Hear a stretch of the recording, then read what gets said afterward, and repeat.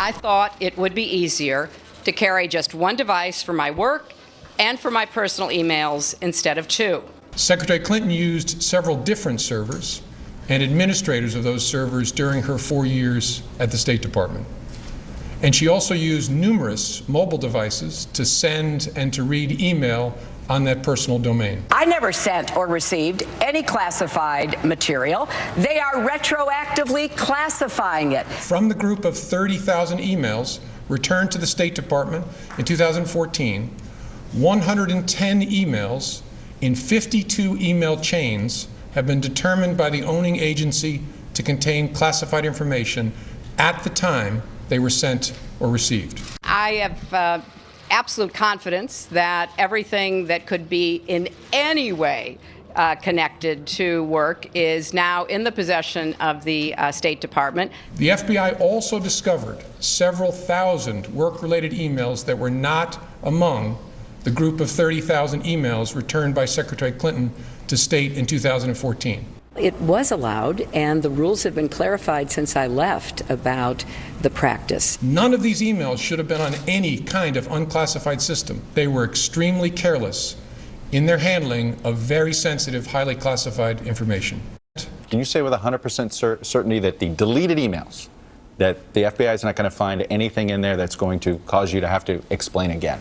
All I can tell you is that when my attorneys conducted this exhaustive process, I did not participate. I'm, very sure that my attorneys did the most meticulous job that could have been done. The lawyers doing the sorting for Secretary Clinton in 2014 did not individually read the content of all of her emails. It's also likely that there are other work-related emails that they did not produce to State and that we did not find elsewhere and that are now gone because they deleted all emails they did not produce to State, and the lawyers then cleaned their devices in such a way as to preclude complete forensic recovery. It had numerous safeguards.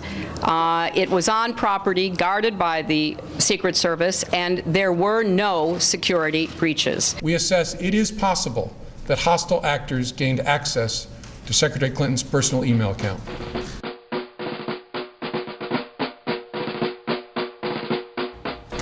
In looking back at our investigations into the mishandling or removal of classified information, we cannot find a case that would support bringing criminal charges on these facts. The interesting thing in that tape is watching Comey. He was sweating like a drug mule at customs. The fact that the FBI director is having a press conference to announce what normally would be a secret communication between the FBI and the U.S. Attorney's Office or the U.S. Department of Justice itself was very strange. The role of the FBI is to find facts and gather information.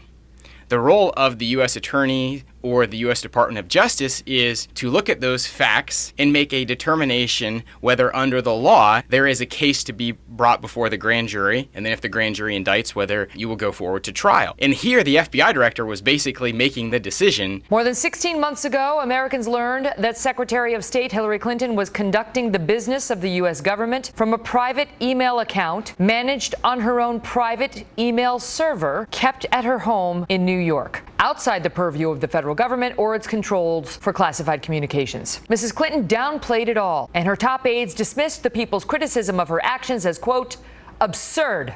The FBI launched an investigation, and hours ago, FBI Director James Comey announced his agency's findings. The FBI director finding the evidence does not support criminal charges, but absolutely supports a finding that she misled the American people over and over and over again while under federal investigation. At the beginning of this, he said that she showed extreme carelessness with what he later said was highly classified information, 110 items.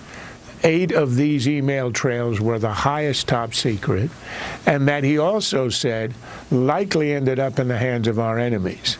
Now, how that does not constitute gross negligence, I don't understand, and I'm sure is inexplicable. Gross negligence is extreme carelessness. So the standard that the director of the FBI put forward is a violation of felony under federal law. So what happened here, without a doubt, the fix was in since the beginning. This was a faux investigation.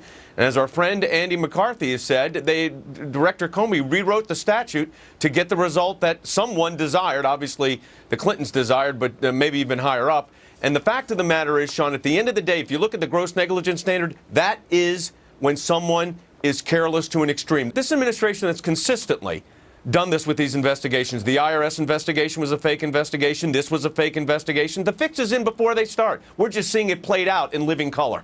Clinton said that she would consider Loretta Lynch for her attorney general. Yeah. And so when you put all those pieces Why together, not? it's clear what the intent is. But you know what's over the happened weekend. here? This is a dark day for criminal justice. Janine is right. It is a dark day for criminal justice. I say that as a Democrat. She should have been indicted. Certainly, given what Present Comey it. said, a grand jury should have been impaneled to further hear the facts. I say that as a Democrat who's supporting Hillary. Comey put Hillary above the law. That would not happen to any of the rest of us. He rewrote it. I think that that's the only conclusion you can reach. He rewrote the law to get the result that So someone told him he the had to big get to. takeaway is- And remember Loretta Lynch last week said, oh, don't worry, whatever the FBI says I'm going to do? Yeah, she knew what the They knew. FBI was going to The recommend, first was and in that's there. what you got. When This is she no spoke, it was coincidence. done. We have a rigged system, folks. Basically, what he said is she did everything short of a crime and then lied about it all the way. She had clearly violated all kinds of laws for which people are right now in prison. Her gross negligence in handling these documents, at the very least, is enough for a felony conviction. It defies reasonableness that there is no intent to subvert the law, Sean, with a woman of her legal background going all the way back to Watergate.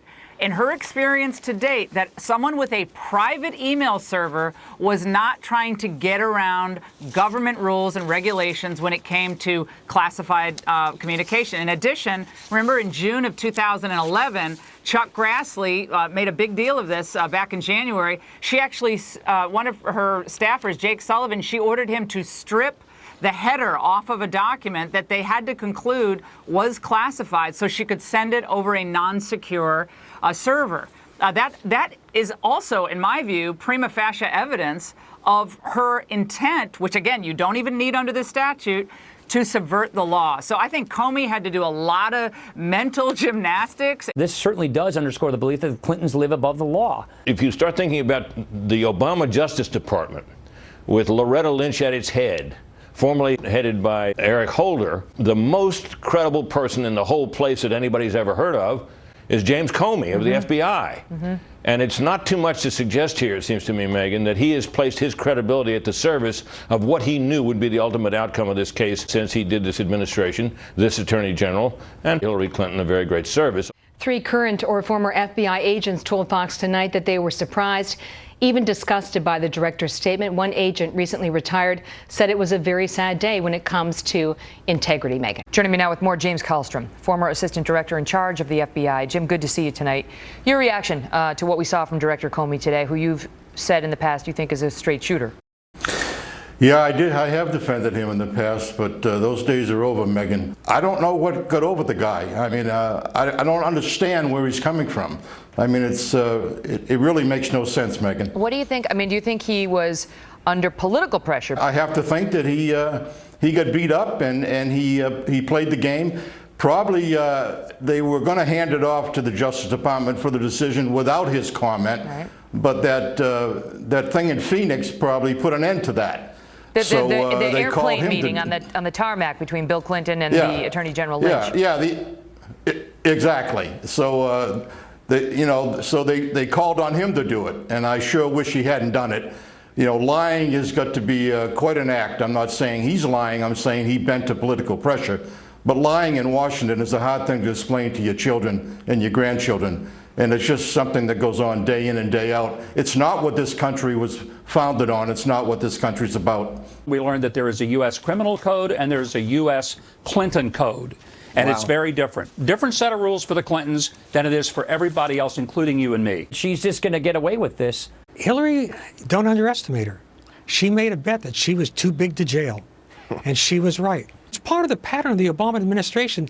They've been dismantling the Constitution, selective prosecutions, rigged investigations. I mean, the Constitution, the law, is the foundation of all that's good in this country. And they're destroying it.